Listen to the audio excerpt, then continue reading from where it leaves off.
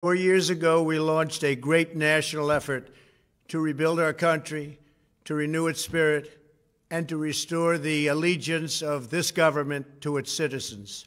In short, we embarked on a mission to make America great again for all Americans. As I conclude my term as the 45th President of the United States, I stand before you truly proud of what we have achieved together. We did what we came here to do, and so much more. This week, we inaugurate a new administration and pray for its success in keeping America safe and prosperous.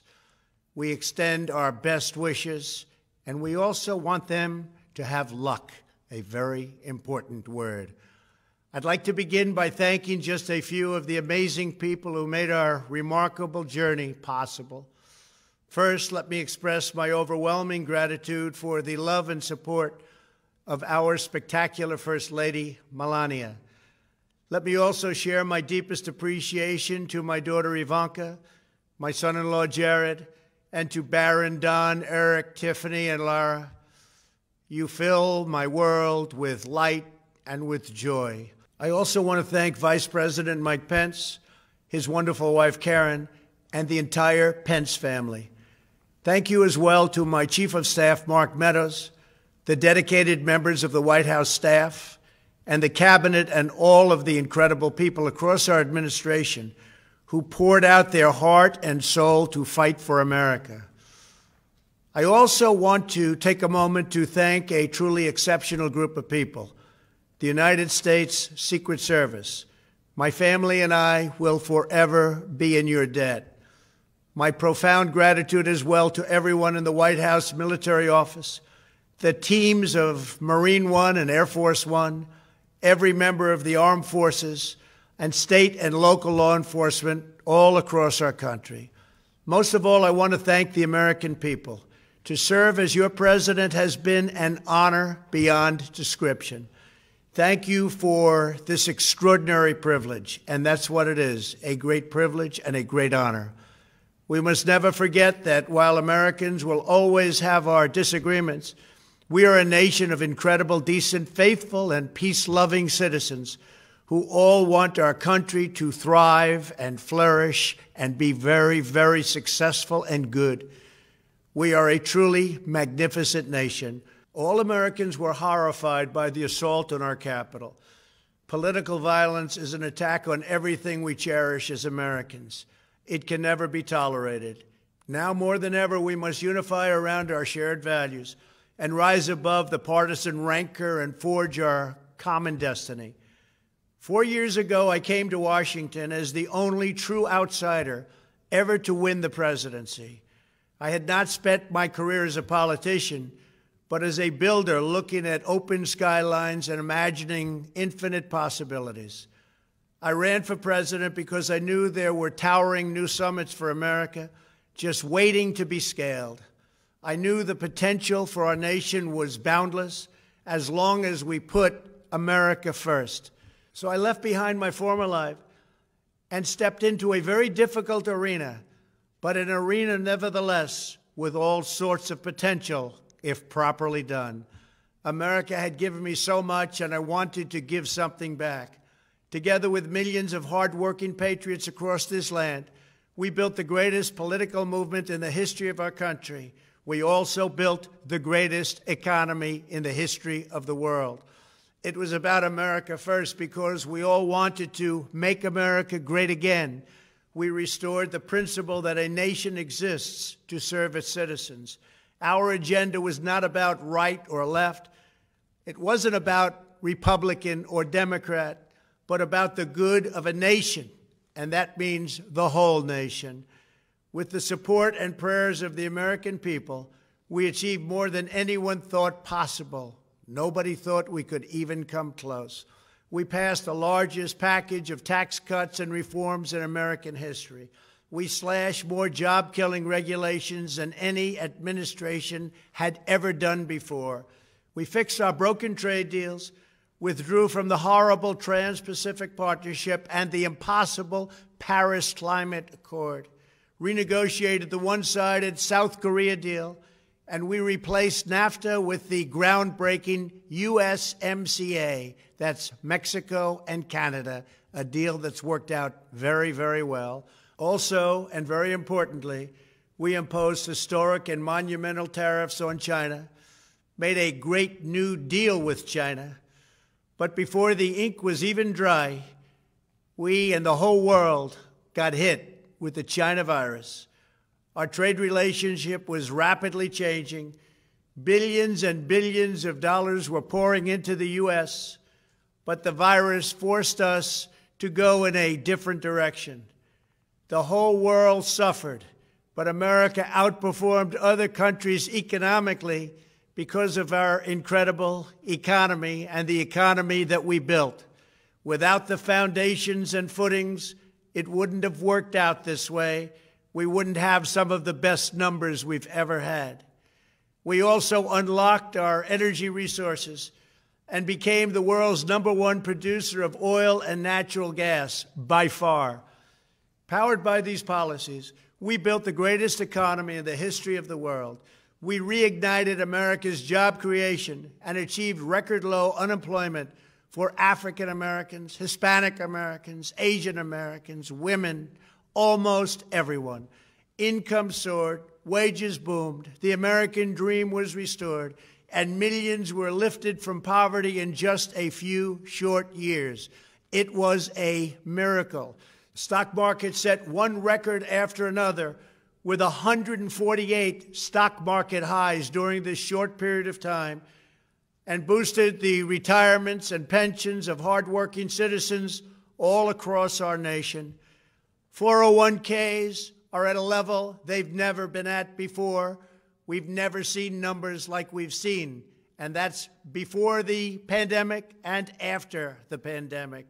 We rebuilt the American manufacturing base, opened up thousands of new factories, and brought back the beautiful phrase, "Made in the USA."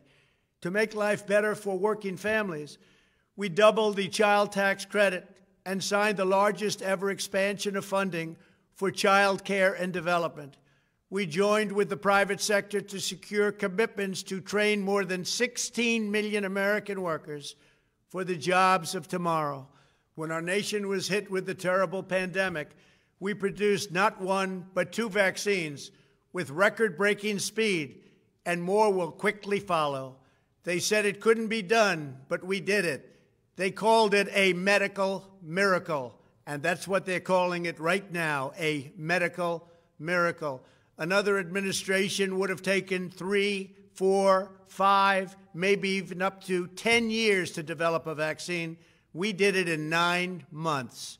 We grieve for every life lost, and we pledge in their memory to wipe out this horrible pandemic once and for all. When the virus took its brutal toll on the world's economy, we launched the fastest economic recovery our country has ever seen. We passed nearly $4 trillion in economic relief, saved or supported over 50 million jobs, and slashed the unemployment rate in half. These are numbers that our country has never seen before. We created choice and transparency in health care, stood up to Big Pharma in so many ways, but especially in our effort to get favored nations clauses added, which will give us the lowest prescription drug prices anywhere in the world. We passed VA choice, VA accountability, right to try, and landmark criminal justice reform. We confirmed 3 new justices of the United States Supreme Court. We appointed nearly 300 federal judges to interpret our Constitution as written. For years, the American people pleaded with Washington to finally secure the nation's borders. I am pleased to say we answered that plea and achieved the most secure border in U.S. history. We have given our brave border agents and heroic ICE officers the tools they need to do their jobs better than they have ever done before, and to enforce our laws and keep America safe. We proudly leave the next administration with the strongest and most robust border security measures ever put into place. This includes historic agreements with Mexico, Guatemala, Honduras, and El Salvador, along with more than 450 miles of powerful new wall. We restored American strength at home and American leadership abroad. The world respects us again. Please don't lose that respect. We reclaimed our sovereignty by standing up for America at the United Nations and withdrawing from the one-sided global deals that never served our interest. And NATO countries are now paying hundreds of billions of dollars more than when I arrived just a few years ago. It was very unfair. We were paying the cost for the world. Now the world is helping us. And perhaps most importantly of all, with nearly $3 trillion, we fully rebuilt the American military, all made in the USA. We launched the first new branch of the United States Armed Forces in 75 years, the Space Force. And last spring, I stood at Kennedy Space Center in Florida and watched as American astronauts returned to space on American rockets for the first time in many, many years. We revitalized our alliances and rallied the nations of the world to stand up to China like never before. We obliterated the ISIS caliphate and ended the wretched life of its founder and leader, al-Baghdadi. We stood up to the oppressive Iranian regime and killed the world's top terrorist, Iranian butcher Qasem Soleimani. We recognized Jerusalem as the capital of Israel and recognized Israeli sovereignty over the Golan Heights. As a result of our bold diplomacy and principled realism, we achieved a series of historic peace deals in the Middle East. Nobody believed it could happen. The Abraham Accords opened the doors to a future of peace and harmony, not violence and bloodshed. It is the dawn of a new Middle East, and we are bringing our soldiers home. I am especially proud to be the first president in decades who has started no new wars. Above all, we have reasserted the sacred idea that in America, the government answers to the people. Our guiding light, our North Star, our unwavering conviction has been that we are here to serve the noble, everyday citizens of America. Our allegiance is not to the special interests, corporations, or global entities. It's to our children, our citizens, and to our nation itself. As president, my top priority, my constant concern, has always been the best interests of American workers and American families. I did not seek the easiest course. By far, it was actually the most difficult. I did not seek the path that would get the least criticism. I took on the tough battles, the hardest fights, the most difficult choices, because that's what you elected me to do. Your needs were my first and last unyielding focus. This, I hope, will be our greatest legacy. Together, we put the American people back in charge of our country. We restored self-government. We restored the idea that in America, no one is forgotten because everyone matters and everyone has a voice. We fought for the principle that every citizen is entitled to equal dignity, equal treatment, and equal rights because we are all made equal by God. Everyone is entitled to be treated with respect, to have their voice heard, and to have their government listen. You are loyal to your country, and my administration was always loyal to you. We worked to build a country in which every citizen could find a great job and support their wonderful families. We fought for the communities where every American could be safe and schools where every child could learn. We promoted a culture where our laws would be upheld, our heroes honored, our history preserved, and law-abiding citizens are never taken for granted. Americans should take tremendous satisfaction in all that we have achieved together. It's incredible. Now, as I leave the White House, I have been reflecting on the dangers that threaten the priceless inheritance we all share. As the world's most powerful nation, America faces constant threats and challenges from abroad. But the greatest danger we face is a loss of confidence in ourselves, a loss of confidence in our national greatness. A nation is only as strong as its spirit. We are only as dynamic as our pride. We are only as vibrant as the faith that beats in the hearts of our people. No nation can long thrive that loses faith in its own values, history, and heroes, for these are the very sources of our unity and our vitality. What has always allowed America to prevail and triumph over the great challenges of the past has been an unyielding and unashamed conviction in the nobility of our country and its unique purpose in history. We must never lose this conviction. We must never forsake our belief in America. The key to national greatness lies in sustaining and instilling our shared national identity. That means focusing on what we have in common, the heritage that we all share. At the center of this heritage is also a robust belief in free expression, free speech, and open debate. Only if we forget who we are and how we got here could we ever allow political censorship and blacklisting to take place in America. It's not even thinkable. Shutting down free and open debate violates our core values and most enduring traditions. In America, we don't insist on absolute conformity or enforce rigid orthodoxies and punitive speech codes. We just don't do that. America is not a timid nation of tame souls who need to be sheltered and protected from those with whom we disagree. That's not who we are. It will never be who we are. For nearly 250 years, in the face of every challenge, Americans have always summoned our unmatched courage, confidence, and fierce independence. These are the miraculous traits that once led millions of everyday citizens to set out across a wild continent and carve out a new life in the Great West. It was the same profound love of our God-given freedom that willed our soldiers into battle and our astronauts into space. As I think back on the past 4 years, one image rises in my mind above all others. Whenever I traveled all along the motorcade route, there were thousands and thousands of people. They came out with their families so that they could stand as we passed and proudly wave our great American flag. It never failed to deeply move me. I knew that they did not just come out to show their support of me. They came out to show me their support and love for our country. This is a republic of proud citizens who are united by our common conviction that America is the greatest nation in all of history.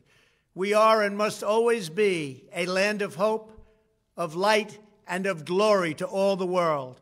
This is the precious inheritance that we must safeguard at every single turn. For the past 4 years, I have worked to do just that. From a great hall of Muslim leaders in Riyadh to a great square of Polish people in Warsaw, from the floor of the Korean Assembly to the podium at the United Nations General Assembly, and from the Forbidden City in Beijing to the shadow of Mount Rushmore, I fought for you, I fought for your family, I fought for our country. Above all, I fought for America and all it stands for, and that is safe, strong, proud, and free. Now, as I prepare to hand power over to a new administration at noon on Wednesday, I want you to know that the movement we started is only just beginning. There's never been anything like it. The belief that a nation must serve its citizens will not dwindle, but instead only grow stronger by the day. As long as the American people hold in their hearts deep and devoted love of country, then there is nothing that this nation cannot achieve. Our communities will flourish, our people will be prosperous, our traditions will be cherished, our faith will be strong, and our future will be brighter than ever before. I go from this majestic place with a loyal and joyful heart, an optimistic spirit, and a supreme confidence that for our country and for our children, the best is yet to come. Thank you and farewell. God bless you. God bless the United States of America.